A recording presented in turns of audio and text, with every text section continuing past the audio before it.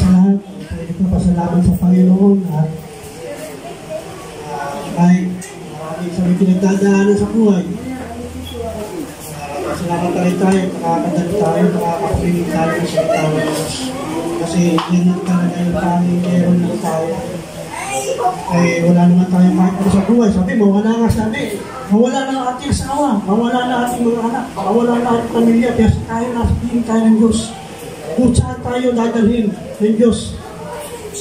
Kasi individual ang kaligtasan, di ba? Sabi ng Panginoon, individual ang kaligtasan. Sabi, ibigin natin ng Diyos ang higit sa lahat. Kasusunod lang natin yung pamilya natin. Kaya, ako, papasalamat ako sa Panginoon. Kahit marami na pinagdadaanan. Siguro, kung sasabihin na, at tinanong, ano yung status mo sa buhay? Ako po ay isang pan. Totoo yan, hindi po ako nagsisinungaling. Pero, kung ano, pag sabi pa, baka sabihin niyo, Philippine Airlines. Sabi, parang muli na ako ng aking asawa. Sabi, ito po yun po eh. Ang titignan nila, nakamotor, minsan nakakotse. Hindi po sa akin yun. Eh, ano po, ito nagsasabi ng po ng totoo. Eh, yung status sa buhay, ano lang. Isang mahirap na pero sabihin natin, mayaman tayo sa pagmamahal ng Diyos. Maraming salamat po sa ating Panginoon Diyos para kapakinig po ako sa ito. Magandang mga po sa akin. Ako po nagpapasalamat kasi akagalakan ko lang naman magpasalamat nung nangyari ng linggo. Meron tayong fellowship doon sa pastor.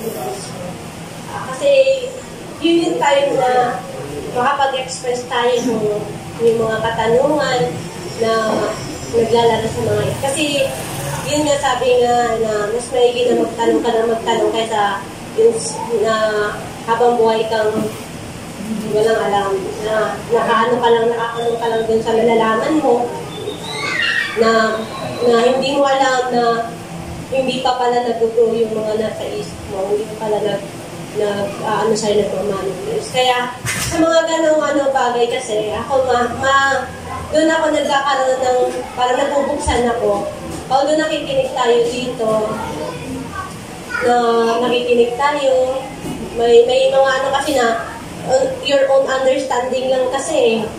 Unlike na magtanong ka, nandiyan naman si pastor at mga manggagawa, unlike na magtanong ka na meron pa palang mas mai-express pa nila, mas mai-tama pa nila yung kung ano yung nasa isip mo.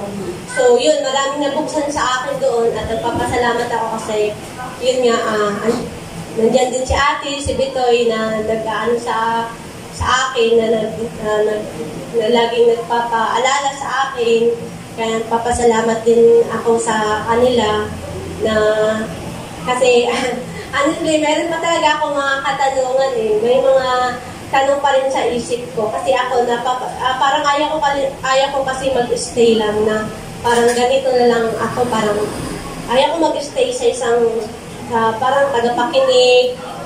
Kasi naano ako ako kila ate pag nagsasalita sila na parang ang lawak-lawak ng kanilang mga kalaman na mga gano'n sila. Parang ako parang saan ba ako, parang gano'n. So gusto ko yung mga gano'n na nagtatanong. Kaya ate talagang ako parang utang-uta ako minsan. Parang lagi yung tuwing magkikita kami, bukang bibig niya, ganito, ganyan. Alam mo ba, pag nagtatanong siya sa akin, ano yung mga natutunan mo, parang nagugulat ako, nadali lang, isipin ko muna, ayaw ko nang gano'n, gusto ko yung gusto ko rin na mabilis kong maano, kaya gusto, parang ate, sabi ko, nagtanong ako sa kanya, kung kailan niya na ang Panginoon na face to face.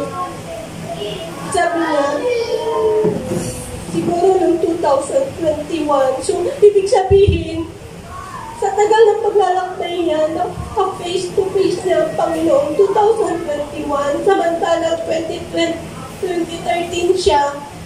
Nga natanggap ang Panginoon. Pero iba pala yung ganun, sabi ko, kailan ko kayo mag-face to face ang Panginoon?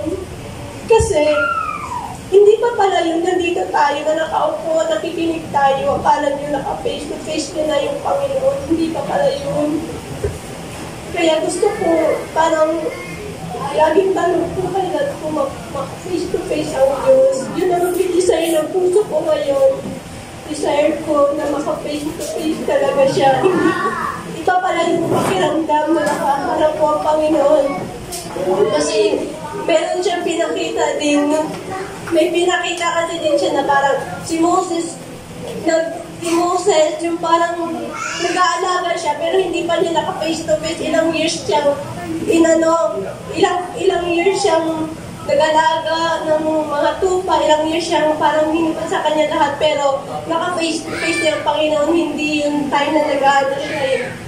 Naka-face niya yung doon sa burning bush na, kaya parang ang tagal pa pala bago mo maka-face to face ang Diyos. Kaya doon, yun yung desire ng puso ko. Kaya sana matulungan niyo ako mag-pray, panalangin na yung desire ng puso ko. Kaya binabalik ko ang pagulong.